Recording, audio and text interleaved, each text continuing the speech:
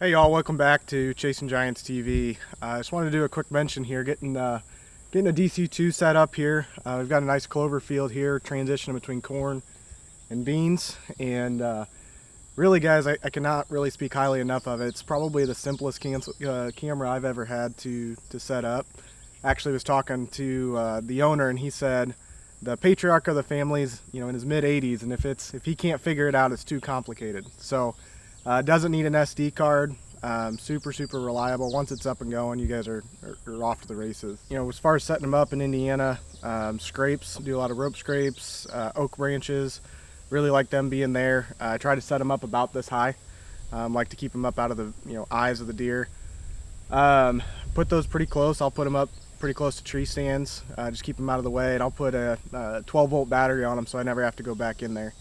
And then I do a lot of like creek crossings or pinch points there, where I'm just trying to catch them coming around. So I'll put them on like a 45-degree angle with the trail, so you can get that 3 or 5 burst. You can get that as they're walking through there. But being in Indiana, we don't have a bait state, so can't really put anything to stop them. So that's how we use it during season. And then Ohio, most y'all, if you get it over bait, the only thing I would encourage is maybe don't have that thing on burst mode. You'll kill the battery pretty quick. But probably one of the things I've enjoyed the most, or biggest updates I've given some feedback on, was on many of the cameras, guys, like the actual batteries and pack over here, and you guys couldn't actually see where the camera was pointing. So they switched that with this screen back here, and it's been fantastic. So now you can actually see where that camera's pointing, line that thing up. It makes it super simple. So then you just power that, get that on button, and you're good to walk away. Harold had told me it was probably 2-3 years ago, that was the ninth person on their list, so 9th customer on WiseEye when they first came out with their SmartCam.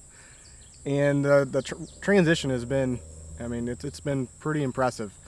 The standard cam was great. It was kind of at the forefront of that, cell cams coming out. But they've just continued to get more and more reliable and significantly more simple to set up. And so their customer service is fantastic for any of you that use it, but I can tell you, and they probably are happy too, I've had to call them substantially less with these things. Honestly, you punch the batteries in there, get them charged, or however you're using it, get that turned on, and you guys are ready to roll. Take it out to the woods with you, get it on a tree. So super simple. The no glow is fantastic, and their trigger speed is really great. So that was the only complaint I ever had of the original SmartCam, is sometimes you'd get 3 pictures, but the deer would be out. I've got this in Indiana where we can't really do any bait.